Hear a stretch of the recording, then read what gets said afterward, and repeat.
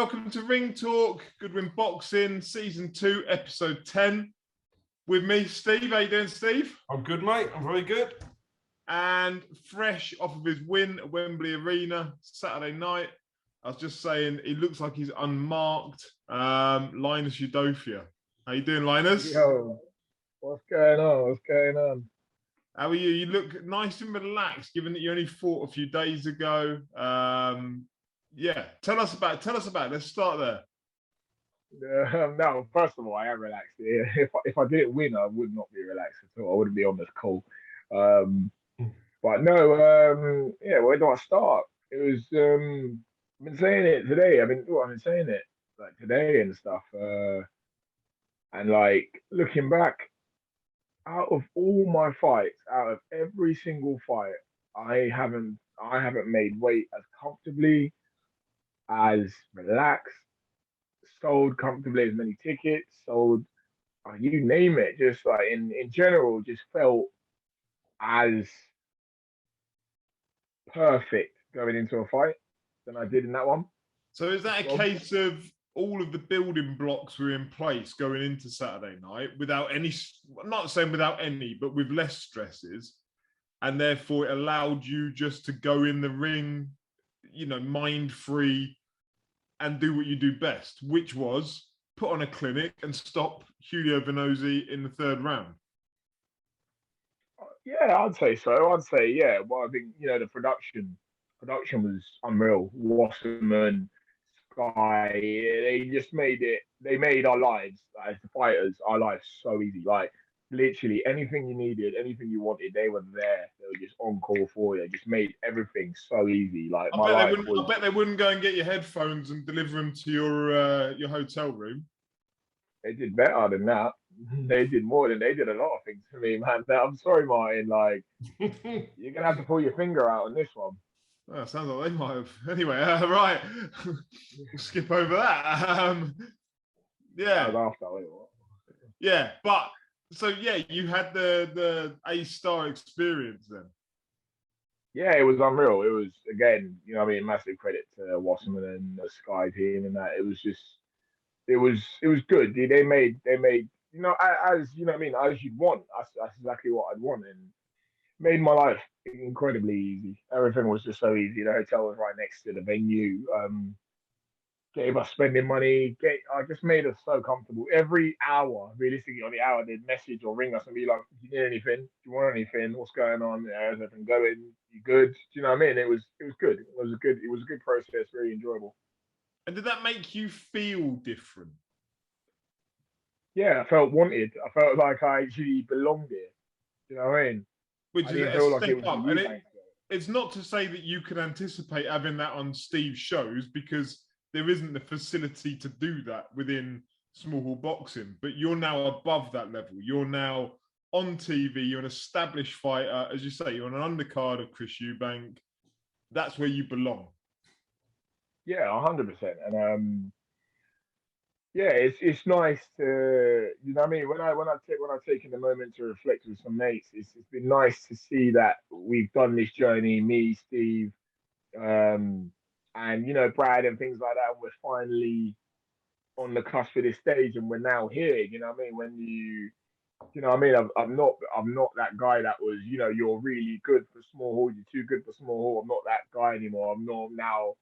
Oh yeah, you're now fighting on TV. You're one of those boys now. You're getting put in.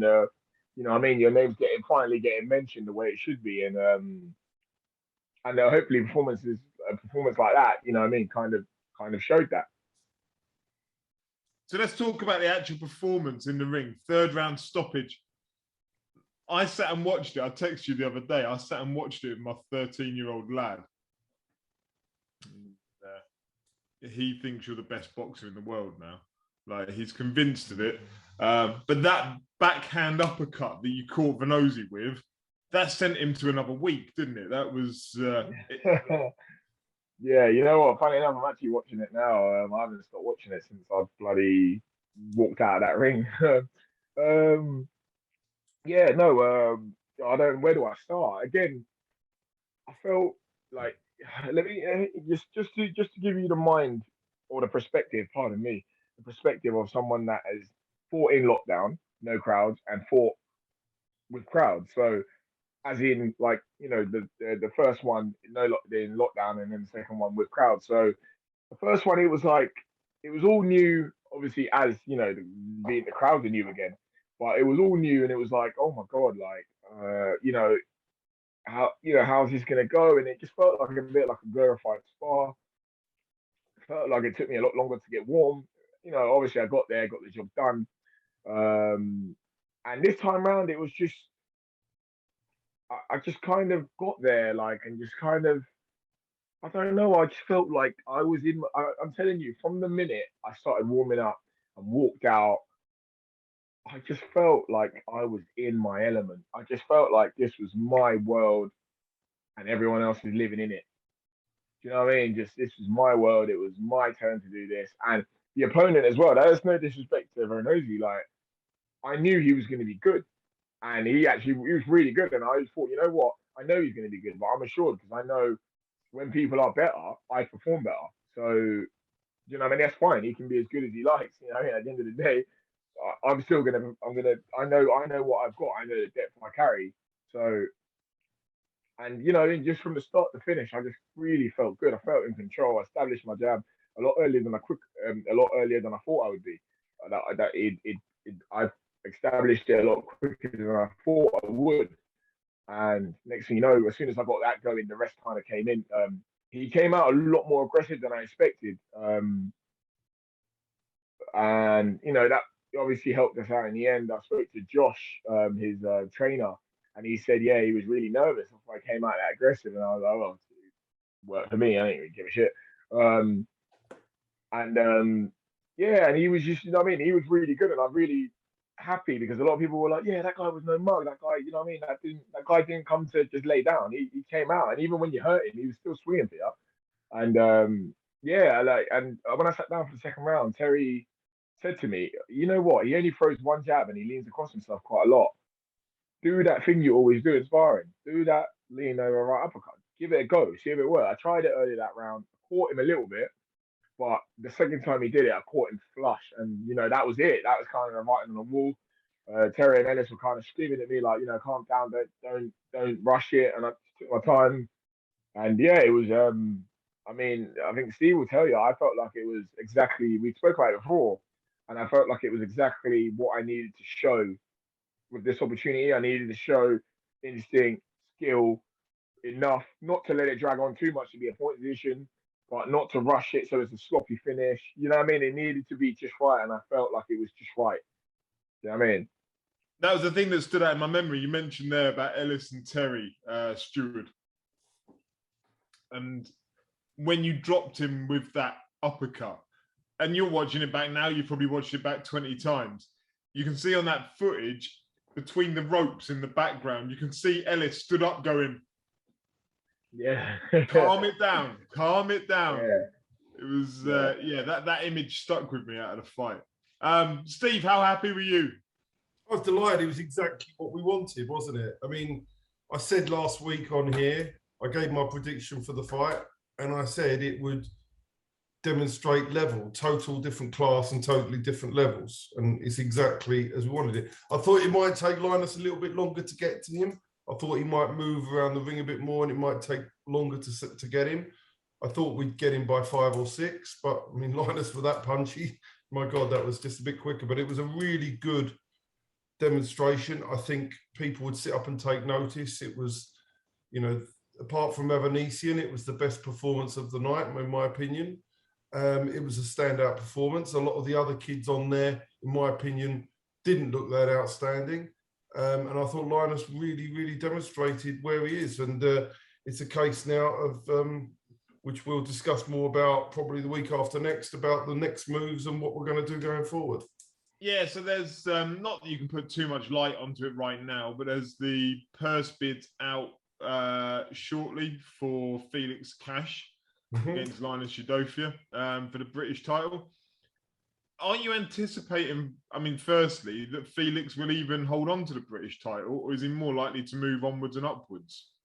No idea. I mean, he's got chances of moving onwards and upwards. that's his decision. I mean, we're not in the Felix Cash business. He does what he does. We do what we do. And we'll see next week. We'll see next week. Yeah. And Linus, I mean, I know you'll give the stock answer of leaving it up to your managers and promoters to sort out, because that's what boxers do. But what do you want to do? I want to leave it to my managers and promoters to deal with. Nah, you can't pussy out like that. Pretend Steve's not here. But no, but that is actually true, because Linus will fight anybody, right? I know.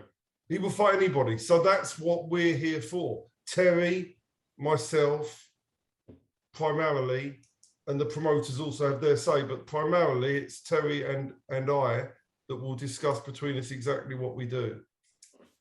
And Linus will get in the ring and do whatever. Yeah. It's not what he's told to do, it's what he's consulted about doing. Correct. Once me and Terry talk, we then talk to Linus. And we will come on to a question about that later in the thing about the Eubank thing. And it's how it works. It's how in the mechanics work with when you have an offer and when you're talking about a fight of what happens. And yeah, it's not, Linus he doesn't do what he's told, but Terry and I will talk first and then we put it to Linus because Linus is always going to say, yeah, I'll fight him. But we need to decide and have a chat beforehand. But we all decide as a collective. There's nothing we've ever done that not all of us have been a collective decision of. That's since day one. How much are we allowed to talk about the Eubank scenario? Because say it all. There's an awful lot, and I don't know how much of it is allowed to be publicly disclosed.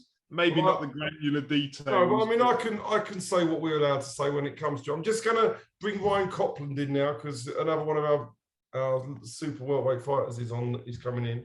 But I think there's a question about that, isn't there, in the questions? So we can leave it till we get to the questions and deal with it then. Good evening, Ryan.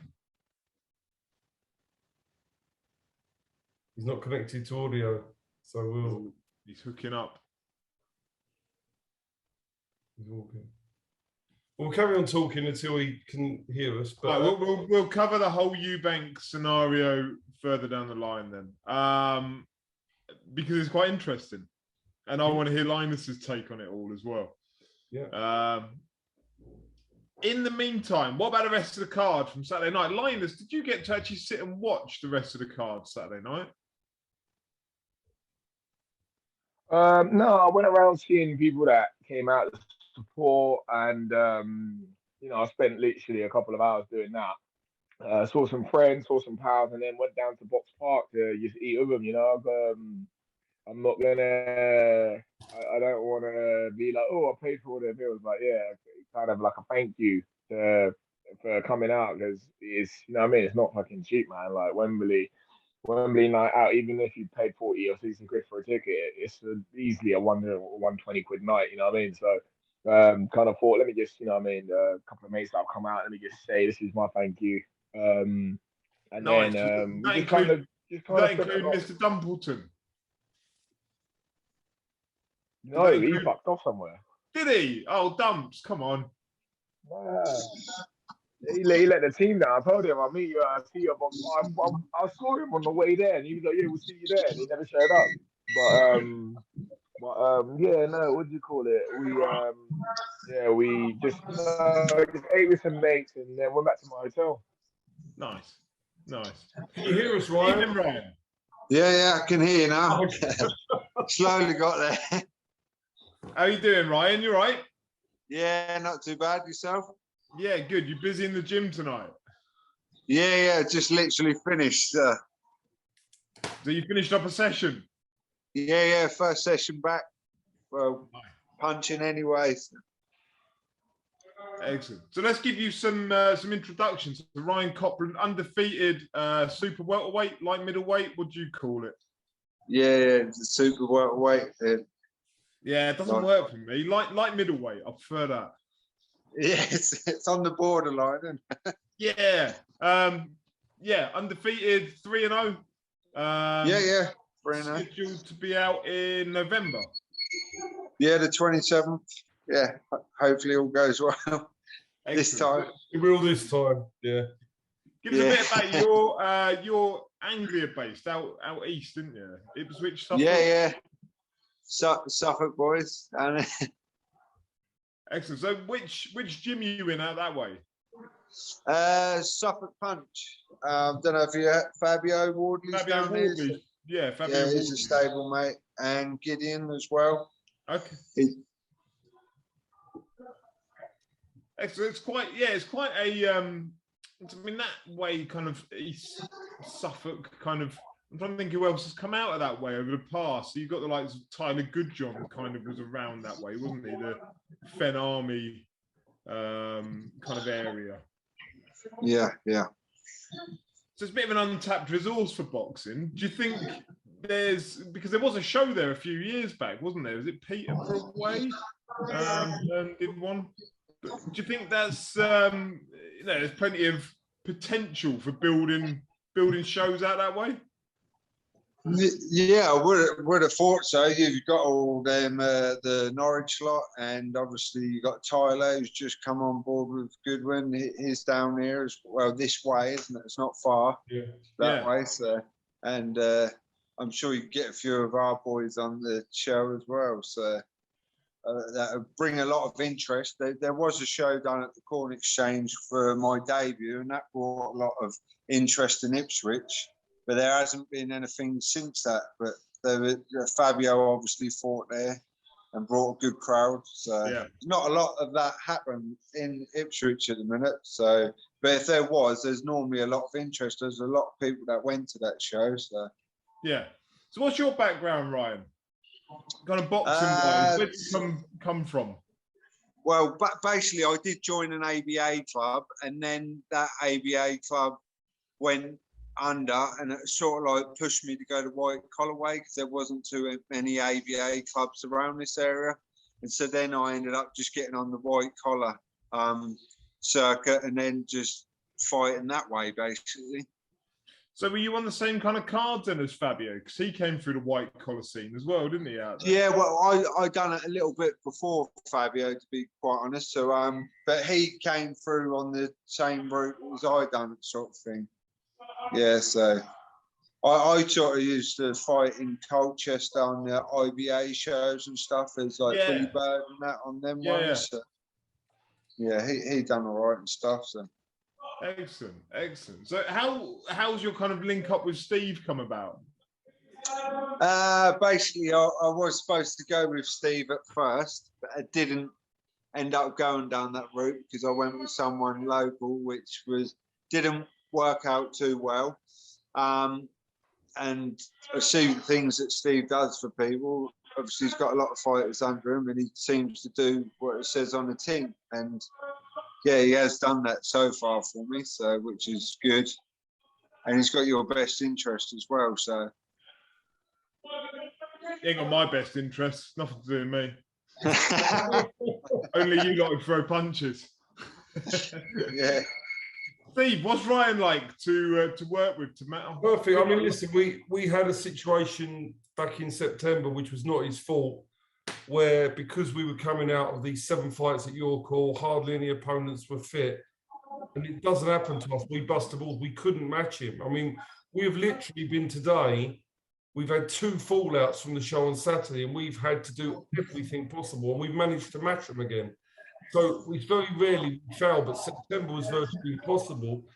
But Ryan understood what happened, and there was no beating or moaning. He just gets on with it. We're back in November, and he cracked on. He's been a pleasure, and you know I owe him one for that happening to him in September. So he will be top of the pile to get on all the shows and want to get on from now on. How often have you reminded him of that, Ryan? Never.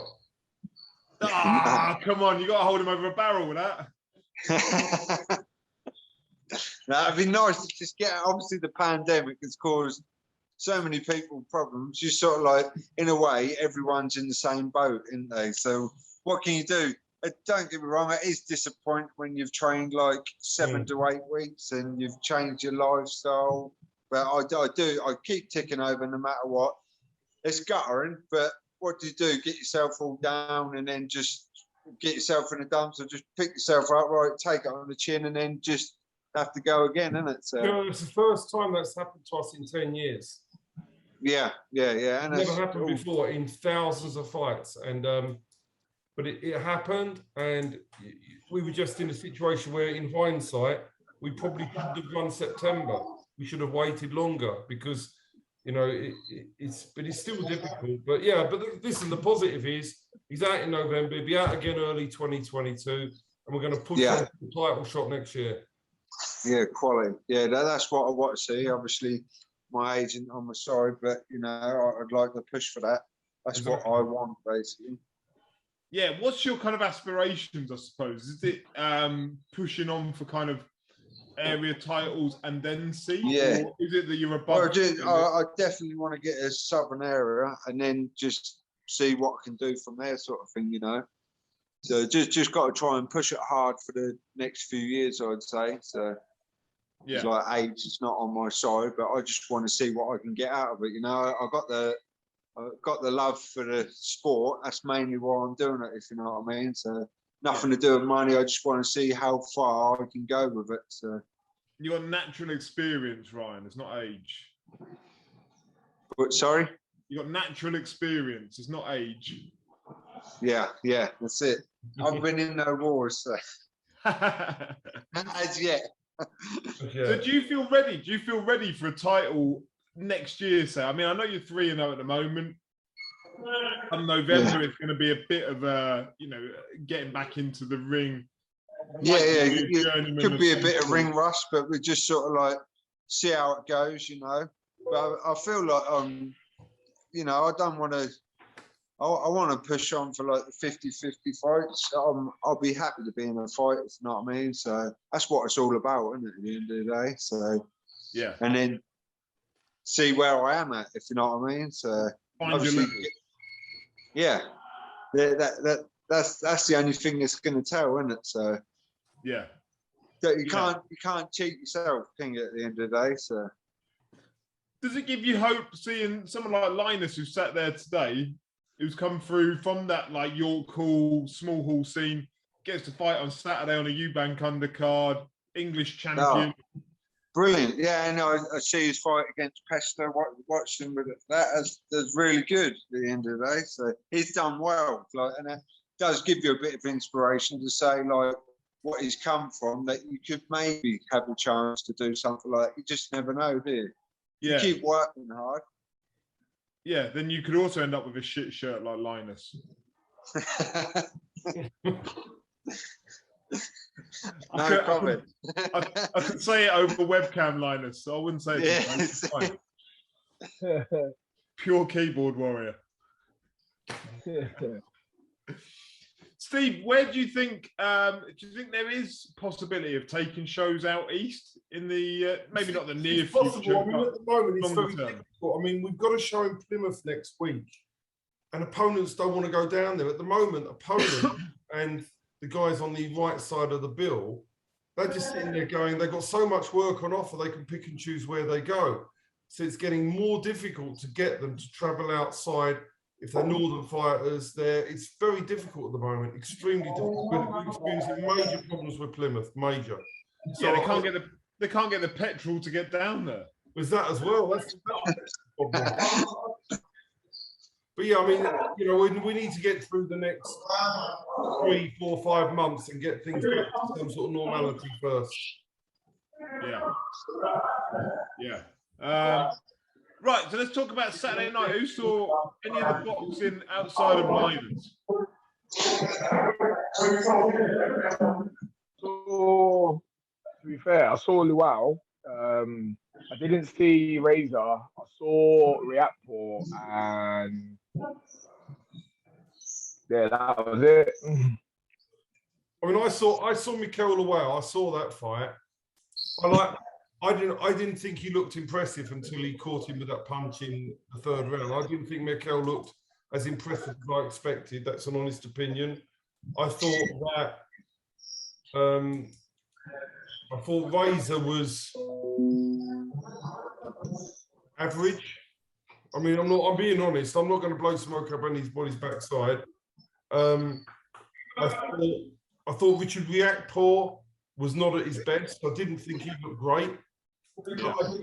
I think Linus was the outstanding one. And then I watched the Jermaine Brown fight, the Evanesian, afterwards. I didn't think Ebony Jones looked that good. I thought Evanesian was spectacular, and I thought the Jermaine Brown fight was a really good competitive fight. And won. But really, there were only two standout performances, and that's Linus and Evanesian. Did you see the Jermaine Brown fight, Linus, for your old title? You know what? I actually saw. I saw it like yesterday night. I watched it on Facebook. on YouTube yesterday night, and yeah, it was alright. It was alright. It was alright. I don't know if you noticed. I fought that Jermaine Brown in the amateurs. So I didn't hear that, Linus. I watched it. I watched it last night, and I don't know if you knew this. I fought that Jermaine Brown in the amateurs. Oh, did you? Yeah. How'd you get on? Oh, come on, mate. Have a guess.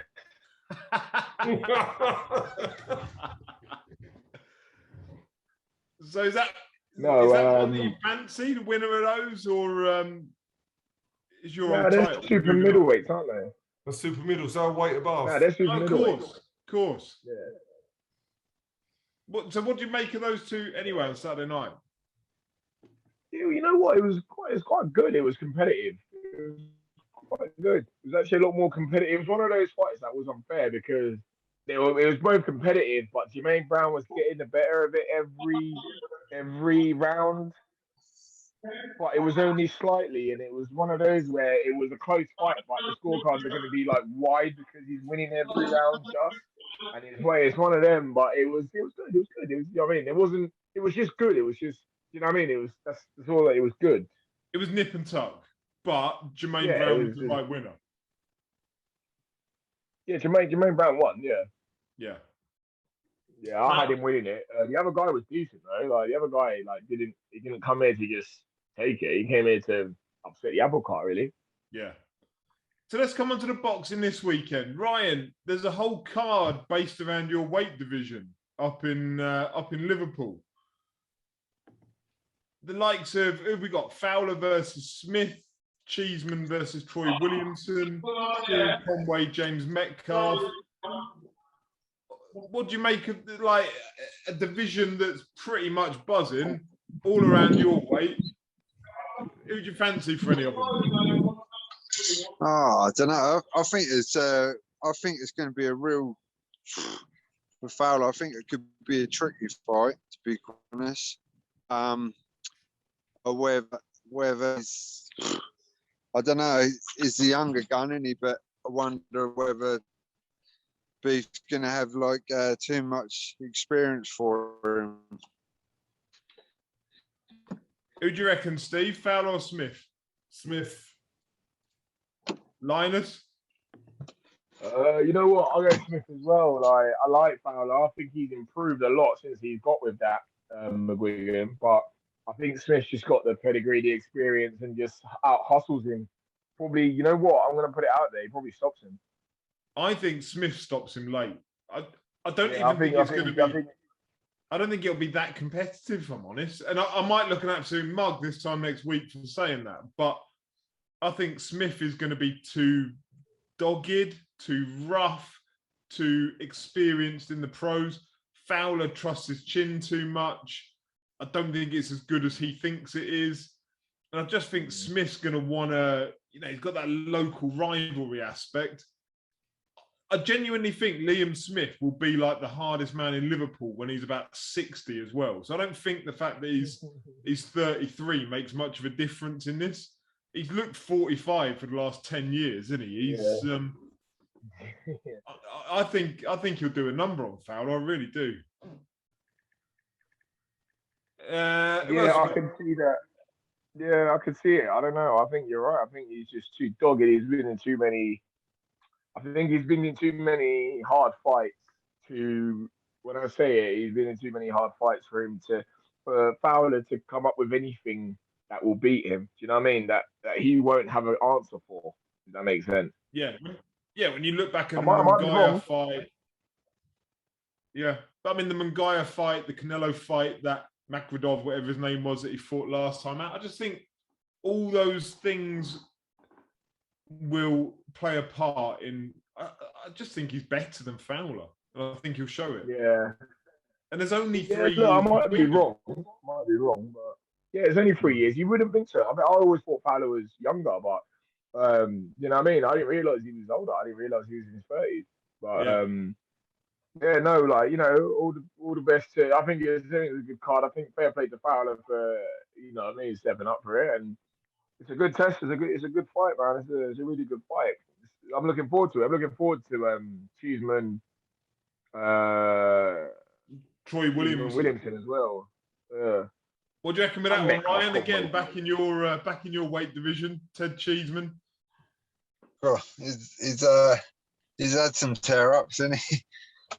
He might be my favourite fighter to watch at the moment, outside of you know, people. He gets gritty, doesn't he? He gets down to it when it needs to come to it, I think. But whether he makes it for himself, I don't know, if you know what I mean. But he has been in some tear-ups, hasn't he? Yeah. I mean, again, it must have taken some years off his career, the way that he's fought. Like, it's just mad. Yeah. Must be, man. But tough bloke, and he's fair play to him. But like you say, it must, being in a war like that, does it take a toll on your body? It must do, mustn't it? Yeah. I don't know enough about Troy Williamson, if I'm honest. I don't know how good he is or not. No. Steve, anything on that? Williamson's. I think it's a real good 50-50 call, to be honest. I think Cheeseman is just the more seasoned, but I think Troy Williamson's got a really good chance. I think it's a brilliant fight. I really like. Linus shaking your head. Yeah, no, I hear what Steve's saying, but I don't know. I think Williamson's really good. I think he's really, really good. He's the arguably fresher in a sense of hasn't had as many wars. Like, you know what I mean? His body isn't where Cheeseman's is, I reckon. But I've been in with Cheeseman the last, like, this whole coming up to this fight. Cheeseman stopped him late. I think Cheeseman at this level, British level, he's just, Williamson's never been tested at his level, and I think that shows. It's going to show when Cheeseman digs him through 6 rounds in. You think Cheeseman wins? Yeah, I think Cheeseman stops him late.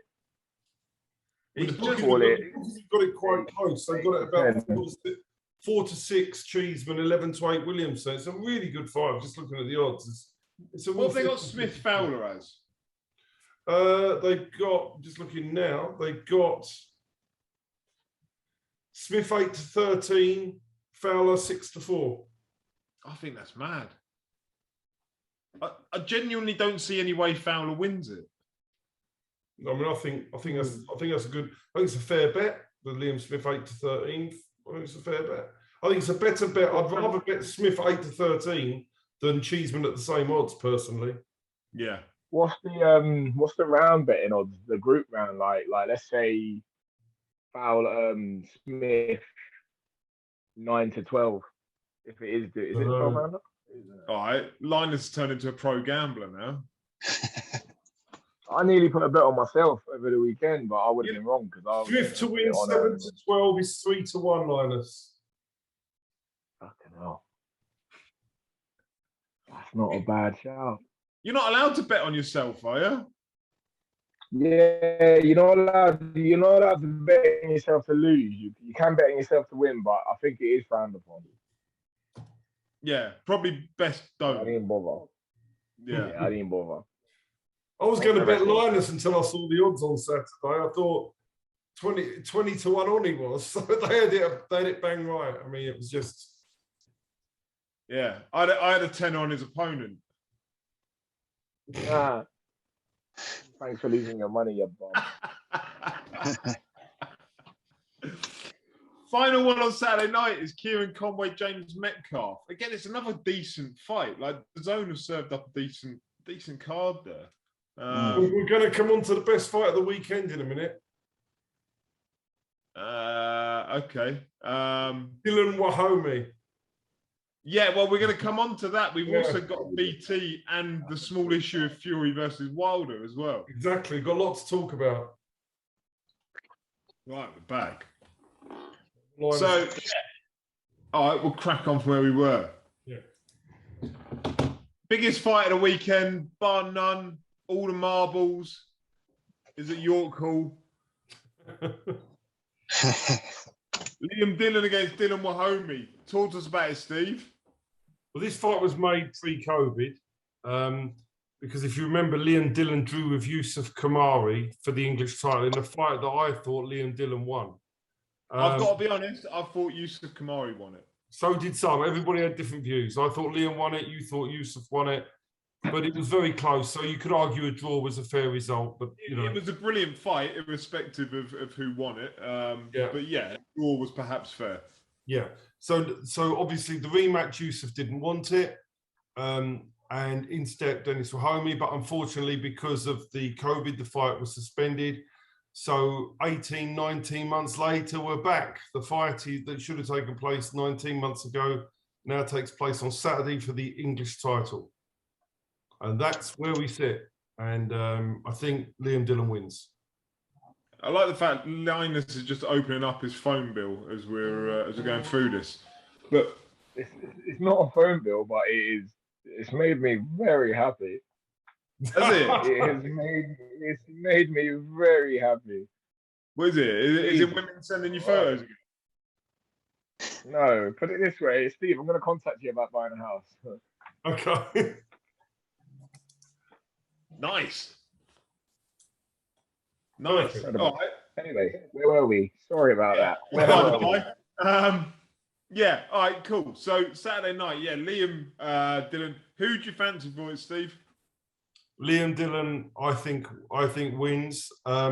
Dennis has, although his record doesn't show it, is a very big puncher, and he's a live puncher. He's got a live punches chance, but the work rate of Liam Dillon is nothing short of exceptional.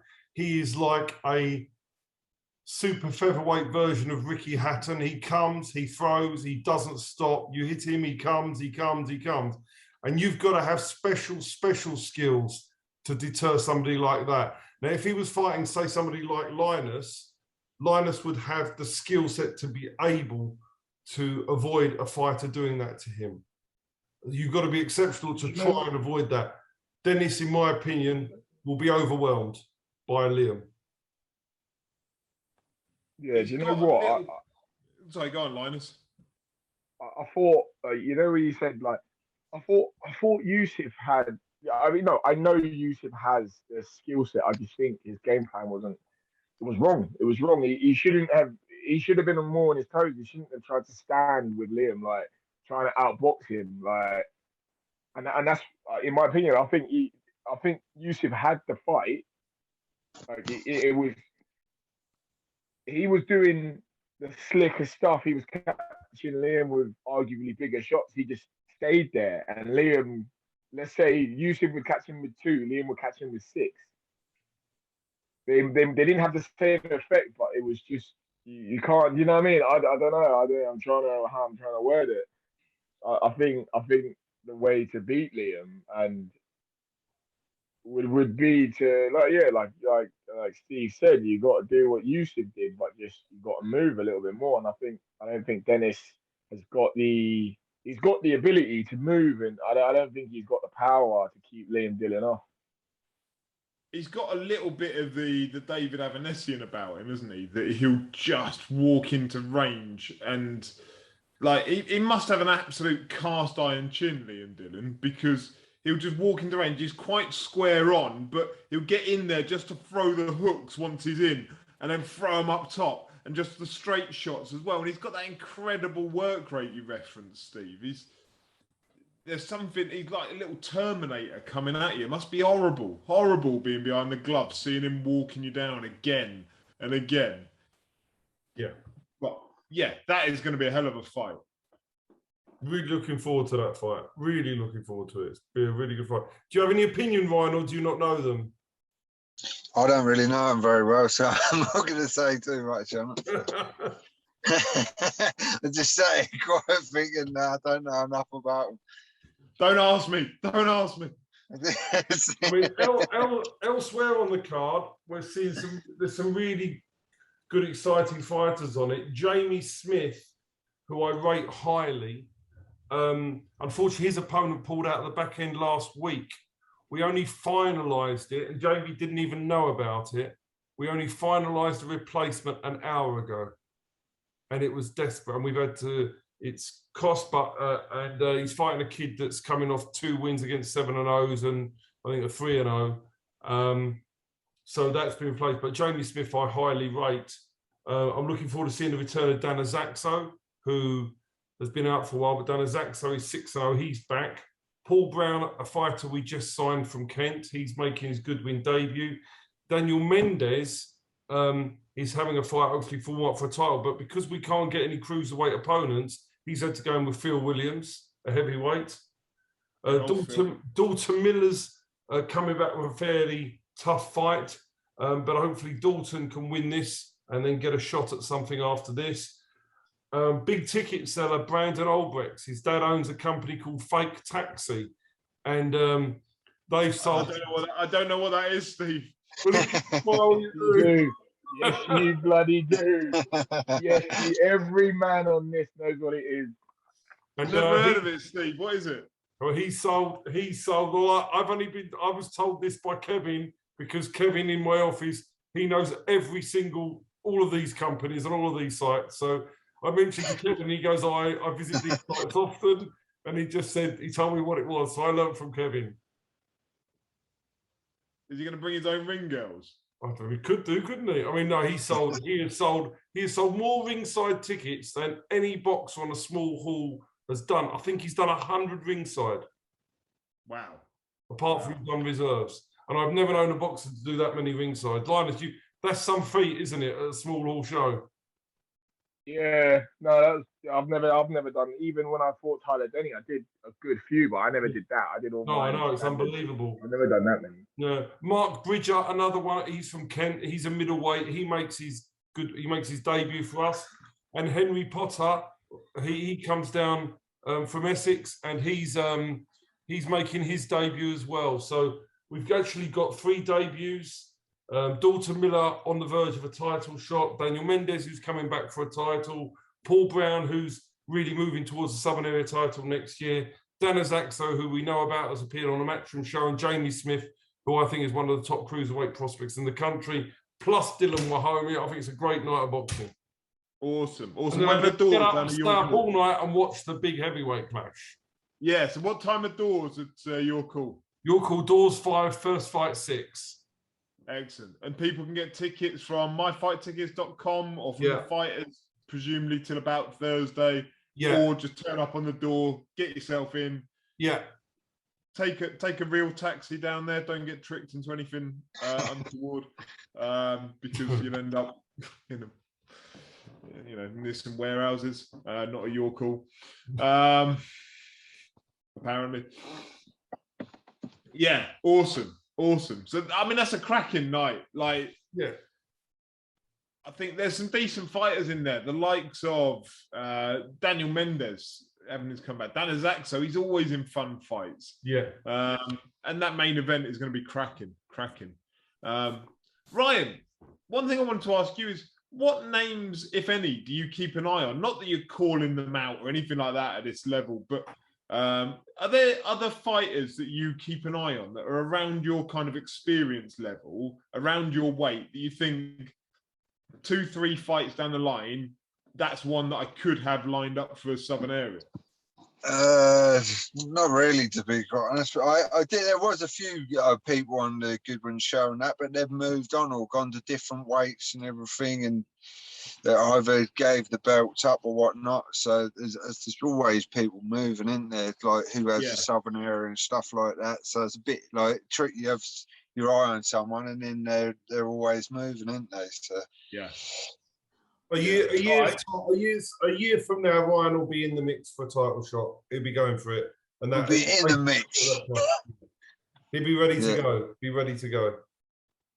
Never I like that. I'm underestimate. going to give a quick mention to the BT show Saturday. It's such a packed weekend of boxing. Your show, Yeah. the DAZN show, the BT show, which is Brad Foster, Jason Cunningham, and Echo Esserman against Danny Ball. All decent fights. And then over to the US for Fury versus Wilder. Who wins that? Do you know what I think is difficult? Is you don't know what Fury's going to turn up, do you? So who's going to win, Steve? That's not a prediction. Fury. Because I'd say Fury, but yeah, I'd say Fury. Ryan, not, where you going? Not with massive prediction. Not with massive prediction. I'd say Fury. He must be able to pull it out of the bag, but there's a lot of talks at the minute, isn't there, saying about Wilder and Fury's changed trainer and all that, and just like, I don't know. I just think he's got the better boxing IQ, and no matter what. Linus? Like, it all depends which Fury turns up, doesn't it? But I think he'd be able to pull it out of the bag. So, Linus, where you going? Fight doesn't happen. I think the fight gets pulled. But you can't predict that. I don't think it happens. Yeah, I don't think it happens, to be honest. Yeah, if I'm gonna pick one, if it does, I'll go Fury, but it won't be anywhere near as easy. What do you mean if it does? We've got 4 days till it's meant to happen. What do you reckon happens between now and then? I don't know. Something happens. I don't know. The whole thing feels weird. I haven't. I don't feel like I've known about the fight until this week. I'd agree with that, to be fair. You know what I mean? And I just feel like you'd have thought you'd seen more on it, wouldn't you? I did think that today. I thought you'd seen a lot more on it. But all right, so let's assume it does. Who do you think wins? I think Fury, but it won't be anywhere near as emphatic as the first two. The first two had two, you know what I mean? It was really exciting, 2 knockdowns. The second one was just an annihilation. And this one, I think Fury boxes his head off. Wilder learns how to defend himself a little bit better than he ever has done in his whole career. But won't be enough. He still gets his head pinged off by Fury, I think, and doesn't get stopped. He just loses on points. I actually think the same. I think Fury will win a wide points victory. I just think if you look at the 2 fights they've had so far, Wilder has won 1 round out of 2 fights. There's nothing in there that tells me that he's going to go out and do a job on him. So, yeah, I think it'll be quite a wide Fury points victory. Right, let's come on to some questions because that's the world of boxing summed up. There's an awful lot that's gone on. Oh, bugger, it helps if I line these up beforehand, which I haven't. Here we go. Right, questions. Some of these are generic. Right. Linus from Adrian McSwiggan. What a name. What a name. Would you prefer to box at Kenilworth Road or when the Power Court opens? So that's the new Luton Town ground, isn't it? Yeah, Kenilworth Road 100%. It's all about vintage, it's all about old school. And you know what I mean? The last person that boxed there was Barry McGuigan, I think. And yeah, I like to be the last person that boxes there and then before they move. So, you know, a bit of a iconic moment for me and the club and that. So it'd definitely be Kenilworth Road. I know it's a big ask because ultimately, like, people almost take it for granted, like, oh, a stadium fight, like it's a little stadium. To sell out Kenilworth Road would still require what, 8, 9, 10,000 tickets sold? No. So it would be 10. So with a full capacity and away fans, it's 10,500. I'm sure 10 or 11,000. And then so now that's just football. So if you take the football out of it and make it a stadium, so you've got the ring in the middle, and you could probably easily put another 2,000 seats on the pitch, or 1,000 seats on the pitch. So we're talking, 12 to nearly 13,000 you've got to sell out there, and it's not easy. Like, I'm not doing that. I'm not doing that unless it was a world title. Do you know what I mean? I'm not doing those kind of numbers unless it was a world title. If I'm being honest with you. Yeah, no, I agree. I mean, it's such a huge ask for any fighter to consider it, but it's always the aspiration, isn't it? It's always the dream. Yeah, oh, it's a massive dream. It will have, as long as I keep winning, as long as I keep doing everything I'm doing right now, and obviously everyone does all their job, which they are. It's very feasible. You know what I mean? And it's, you know what I mean. Luton, there's a lot of history there. There's a lot of, and you know what I mean. I've got the support of the town, and it's massive. It's massive. Like, you know what I mean? Be getting walked out on the pitch. Like, what's it? They called me in to when we got promoted 2 years ago. They called me in to like hand the trophy over to the team, and that was just mental. Like, how many people can actually say they've done that before? That's mental, and it's you know what I mean, it's definitely something we can do. Like, and it will happen as well. Fighting like the Kenilworth Road. I've been talking about that for years now, so it's something that could definitely happen. And they're very supportive of you as you're very supportive of them, aren't you? It's a two-way relationship. You know, I've seen it firsthand when I've been with you down to the training ground and stuff. It's you know, they have your back, and in turn you turn up at their games and you sit with their fans, and you are a proper Luton Town fan, aren't you? It's not some token effort. Yeah, 100%. You know, there's a lot of people that, you know what I mean, I'm not going to say names because we don't do that. And that I people know. that, you know, only put on the shirt when they've got fights coming up, and it's like, oh, is it? You know, they're not at the games. They don't, you know what I mean, they don't even like football. And do you know what I mean? Like, it's not even about showing up at the games. It's like, it's all good to show up at the game when someone's invited you to a box, but you know, how about you buy a ticket? Or you know, you don't have to. I think a season ticket is a big bit of a commitment. You know what I mean? That's a, you know what I mean. But I, you know what I mean. I just go online. Bloody buy a ticket and show up at the game. You know what I mean? It's supporting the club. The money goes into the club. What else can you do? You know what I mean? A perfect way to spend a Saturday, in my opinion. Yeah. And shout out Mick Harford as well. Keep it up, go Mick on, Harford. Mick. Big Mick. Only one. Only one Mick. Yeah, and it's just, you know what I mean, support your club and they'll support you. Like, yeah, you're seeing it a lot now with boxing. A lot of boxers are associating themselves with football clubs, and you know, it's a good thing. It's a good thing. It puts two sports together. You know what I mean? It likes like Tony Belly done that. I'd love that. As much as I don't really like the guy, I'd love to come out and fight at my town stadium. So, Ryan, have you got are you a football fan?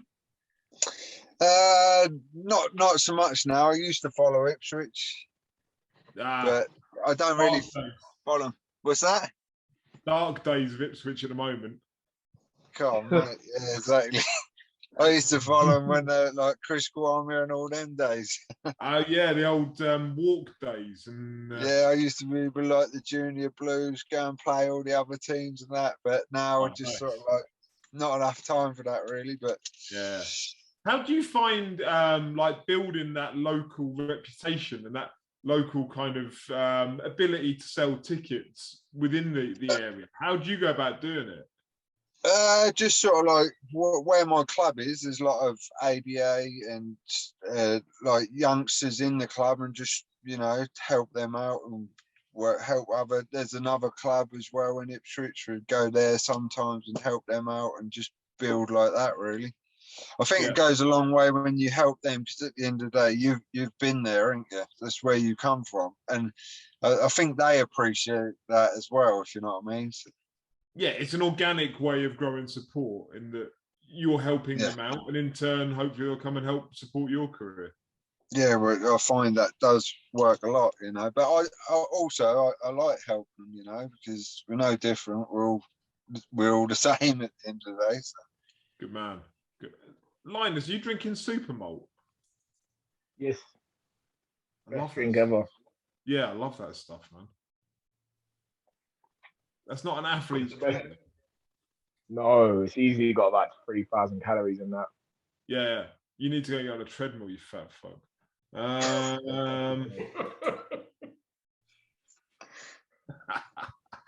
Ross Newton on Twitter. Here's one. How can it be that last Saturday's fight night without the Eubank main event and Lowell Ward reportedly had its highest audience figures in 3 years for a Saturday fight night? Because they're tuned in to watch Linus's highlights that many people tuned in just to see Linus knock out Vannozzi. So this is where it comes. There was a report. Sky sent out a PR thing saying that Saturday's fight night, their first one with Boxer and with Wasserman, averaged 301,000 viewers and peaked at 402,000 across Sky. That's a massive number. It's huge. Yeah. Yeah, that's the biggest in 3 years since Amir Khan fought, I think. What do you make of that, Martin? Because you follow a lot more of this sort of stuff than we do. What do I think? I think if you put Linus Udofia on shows, then you get 300,000 viewers. But no, I think that figure is a bit of a misnomer. I think in that they put it on the free-to-air version of Sky, whatever that's called. I can't remember. But I'm going to turn that around and say, actually, they've done a brilliant job of promoting it over the past week. Yeah. And actually, when the Eubank fight fell out, we'll come on to that shortly. But look, you've got that Eubank name attached to it. That brings viewers. If you don't tell people that fight's not happening, people will still be tuning in to see Eubank. And even then, like, it's not your obligation to tell people or like press home the message that he's not fighting. So I think there is it's a little bit misleading in the way that it's presented as a figure, because I think some of that is generated through not the YouTube, but the free-to-air Sky Sports side of it. But either way round, if there's 400,000 viewers peaked watching it on Saturday night, that's brilliant for the sport, brilliant for the channel, brilliant for the launch and the new kind of era of what they're doing. So Great. Phenomenal. Question from I Was Only There on Twitter. For Linus, what's been the biggest challenge in your boxing career outside of the fights in the ring? Oh God, that's a bit of a. What's yours as well, Ryan? Let's go with yours as well, Ryan. What was the question again? Sorry. What's the biggest challenge outside of fighting in the ring of being a boxer? I always think, and this might be my naivety towards it, I always think the hardest thing one of the hardest things must be around balancing relationships. And I don't mean necessarily with like your missus, your wife, whatever, but that is one consideration. But also, like, don't ask me missus that. Yeah, but like also making time to see your friends, your family, all those things. Because I've seen certainly the early days of somebody's boxing career, you've probably got a full-time job, you've got to train, you've got to eat, you've got to try and self-promote. Outside of all of that, you've also got to try and uphold your relationships with friends, family, other half, everyone that comes with you in your life. That's got to be a challenge, isn't it? Yeah, it's very busy. I run my own business as well, so it's quite hard. Yeah, so obviously boxing takes a lot of time up, doesn't it? So you have to dedicate. What's your business, Ryan? Give it a shout out. RNA driveways. Yeah, so I'm doing driveways, block paving, tarmac, resin. So they're the best driveways. They're the best driveways in the east of England. The best driveways, yeah. This area, East Anglia. No, not just East Anglia, East of England. I've heard it firsthand. Yeah. Worldwide, we're going international. Yeah, people this time next year we'll be millionaires. You do better driveways than Camilo does. So, Linus, what's your hardest thing outside of fighting? You know what? Yeah, you're not far off. To be fair, you're not far off. I think handling relationships and friends and stuff like that is incredibly difficult when you're where, let's say, Ryan is, where you're. I remember like starting out as full-time electrician, trying to be full-time boxing. Misses that I was with since I was, you know what I mean, like 20. Mates, very social life, and like just you're trying to do a lot. You know what I mean? You're starting off. You're trying to do so much. I remember getting up. I used to get up like 4 in the morning, try and go for a run or something, or train or something. Have to get into London for 7 a.m. Do shitload of electrician work. Finish at like 4. Shoot off to Essex for 7. But I'd get there early, even though I'm leaving London. I'd get there like an hour early. Sleep in my car. Get up, get into the gym, train, and leave. And because I'm leaving so late from Essex to get home, I wouldn't get home till like 10, 11. I wouldn't get back to bed till 10 and 11. So now do that 5 times a week, and then try and fit your missus in somewhere in the weekend, and not even your missus in the weekend, your mates, and then your own time, and then you know what I mean, and all that stuff. So I think all of that bit, not just like the missus or the relationship side, I think all of it having to work, because I used to go to work, and I'm not gonna lie to you, I was a dosser. I didn't do fuck all. I made sure I didn't do fuck all, so I'd have energy to go train. I made sure I didn't do nothing. I made all the apprentices do it, and I'd just be like, mate. At one point, there's a story about me. I worked in St Albans Cathedral, and to this day, they don't know it until I'm about to say it right now. There was somebody asleep in a cupboard, yeah, and they couldn't find this cupboard.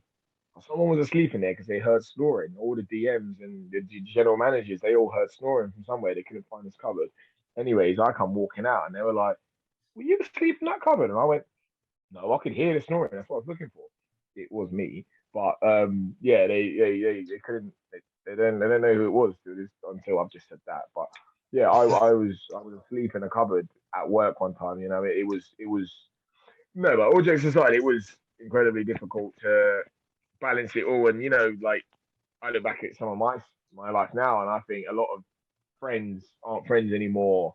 A lot of relationships I had broke down because there was not enough time and things like that. It wasn't easy, but you know, I wouldn't do it again. I'm finally at a point now where you know it's not about small hall anymore. It's not about selling tickets. It's not about running around the night before your fight trying to sell your last few tickets, and you know, paying to fight, things like that. All those little, not making weight, or have been, you know, because it's difficult. It's difficult to make weight when you don't have that time to rest.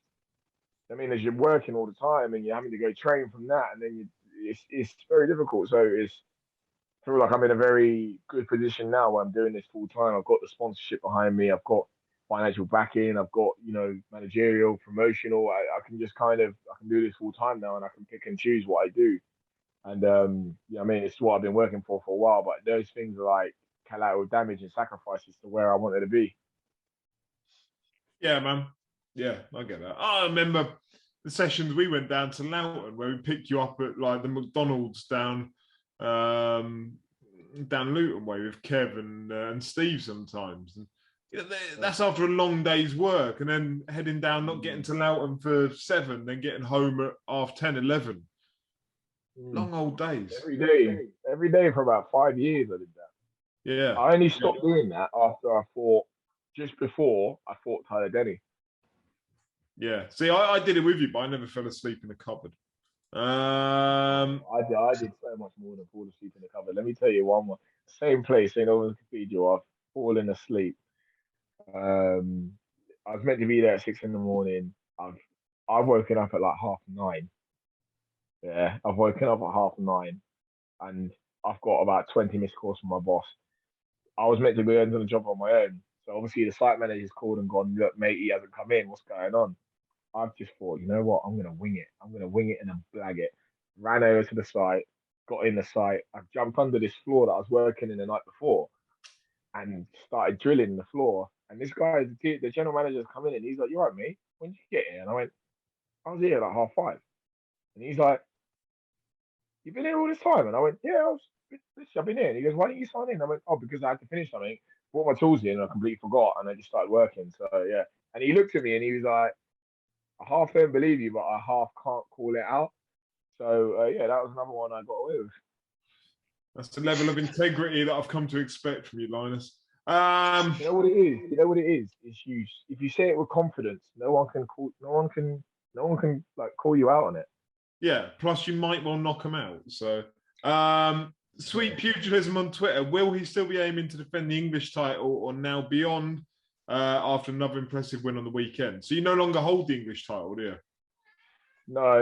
English title's gone now. Vacated that. I've won it. I've defended it on Sky. It's not like a British where you can win it outright. So there's really no point in keeping it. Right, last question. I've saved this to last for a reason. Steve, I need you back in the room now. From Ramez Mahmood.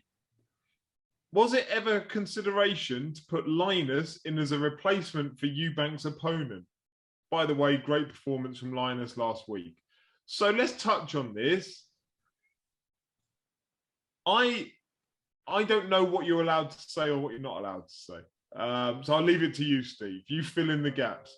Okay, so I'm in the theatre. I'm in Milton Keynes Theatre on Friday night watching Rock of Ages. Right, and any good? It's actually really good. It was good. And my phone's buzzing in my pocket, and it was coming towards the end of the first half. So I didn't really. I thought, oh, I'll deal with that in the breaks. I didn't realise, and it buzzed again and again. I thought I better look at it. It was Linus. So I left the show, went outside, and was met with the fact that Eubank opponents had been turned down, and Vernozzi was going to be promoted to fight Eubank Jr. So that would have left Linus in a 6-rounder. But the thing is, when you're involved with the promoters and you're trying to do the right thing for the greater good, we accepted that that's fair enough for the show to go on and everything else. So Vernozzi was going to get taken as Linus's opponent and moved up to Eubank's opponent. And Linus was going to get a 6-rounder against somebody who was going to come down and do the 6 rounds. So on Friday night, that is where we ended up going to sleep. Linus takes it thing, but Linus was now doing a 6-rounder. On Saturday morning, I get a phone call that the board or the Sky or whoever it was would not sanction Vernozzi to fight Eubank Jr. So would Linus take the fight? With Eubank? With Eubank. Now, the position at that point as a manager is Linus has not trained for Eubank. So consequently, this would be a massive fight. Now, I'm not saying that Linus couldn't give Eubank a good fight, but this is not the correct preparation for it. Now, boxing is littered with these things happening. I think we remember when Tom Dallas did the same thing and he got put in against David Price on the day. And you remember it was, oh, we'll look after Tom Dallas afterwards. He never got looked after afterwards.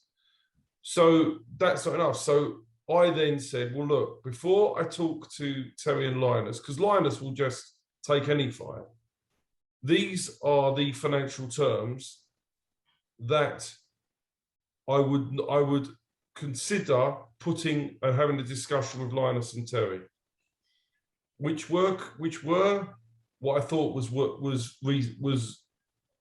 I thought it was worth for Linus to do this, and that was met with a no. We're not going to meet those terms. So therefore, we spoke to Linus and Terry. I told them the numbers. They said, yeah, we would consider it for those numbers, definitely. But those numbers were not met, and I think there was a significant gap in what we thought the fight was worth to what they thought the fight was worth. And obviously, Vernozzi must have taken the fight for a very small amount of money, I believe. I don't know. I genuinely don't know what the number was. I have no idea. But yeah, Linus isn't going to build his career not to have some sort of, not just the fight, but what happens afterwards built in. And it wasn't. So it didn't last very long. We said, yes, put this. If it's accepted, come back to us and we'll have that discussion. So in effect, we were willing to do the fight for the right terms. But the terms that we wanted were not acceptable. So as of Saturday morning, because I was out watching my lads' football and you rang me up to say, this is what's going on. I was like, fucking hell, like we could end up with Linus against Eubank tonight. But there was a stark possibility Linus was going to fight Eubank. And it didn't come off and the financials weren't correct. And that's by the by. But there was a possibility Linus Saturday morning that you could have been that evening fighting Eubank. How did you feel about that?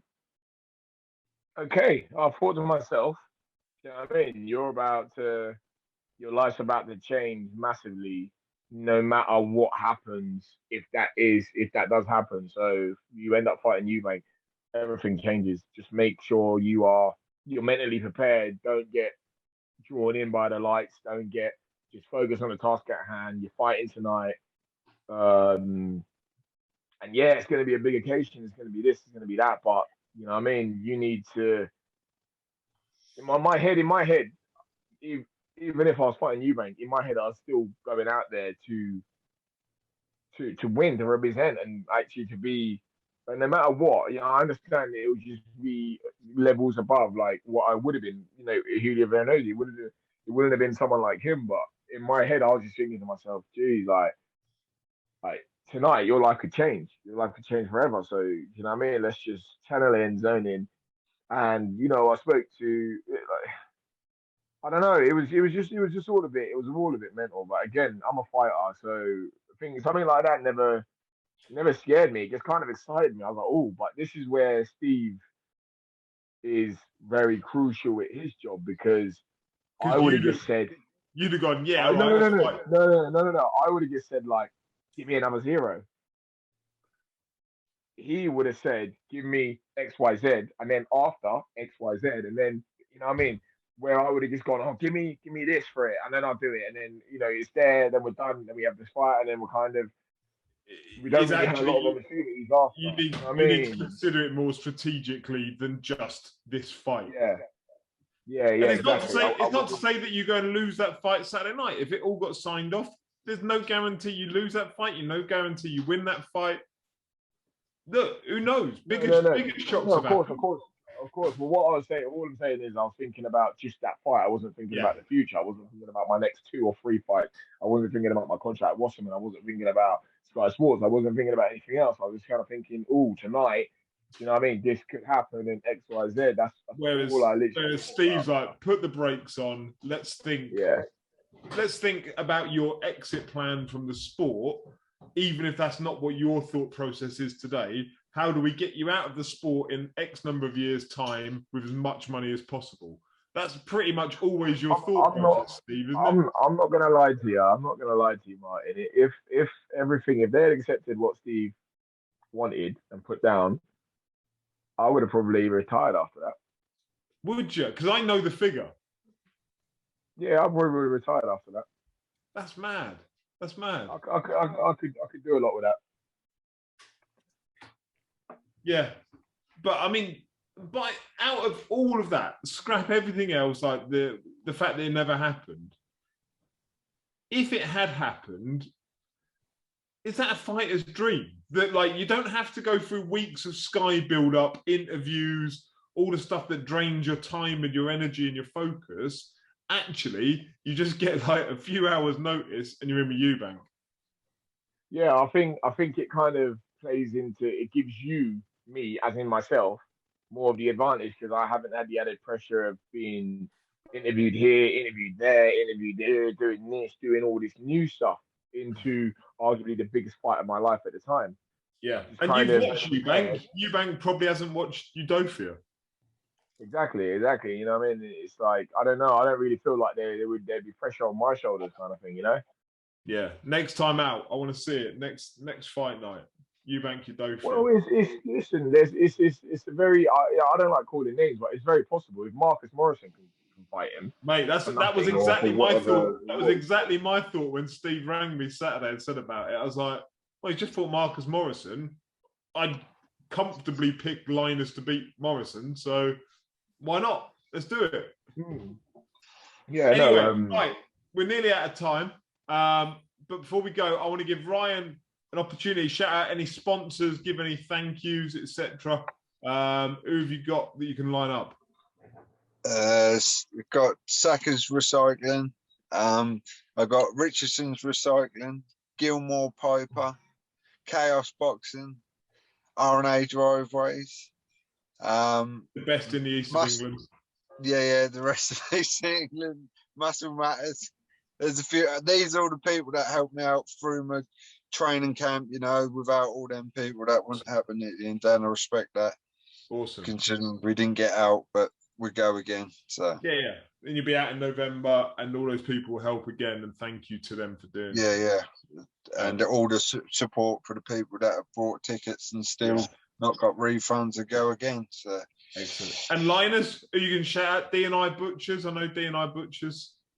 Yeah, D&I Butchers, my family butchers, Our Troll UK. Our Troll, the defence specialists. Our Troll UK and JB and Developments, all Luton-based companies supporting local. And but behind me, like if I wasn't with these guys, like Ryan just said, if these guys ain't backing you, it's just not possible to be doing where I am and doing what I do. So it's, you know what I mean, awesome. They are so pivotal. We are the people that make this dream reality. Our recording stopped. Wait, what? There we go. Right. So York Hall, Saturday night. Get down there, see Liam Dillon against Dennis Wahomey. Steve, anything to add before we go? No. Did we say predictions for that? Let's go for Saturday. Right, excellent. Saturday night, York Hall. Thank you very much, everyone. Cheers. Yeah.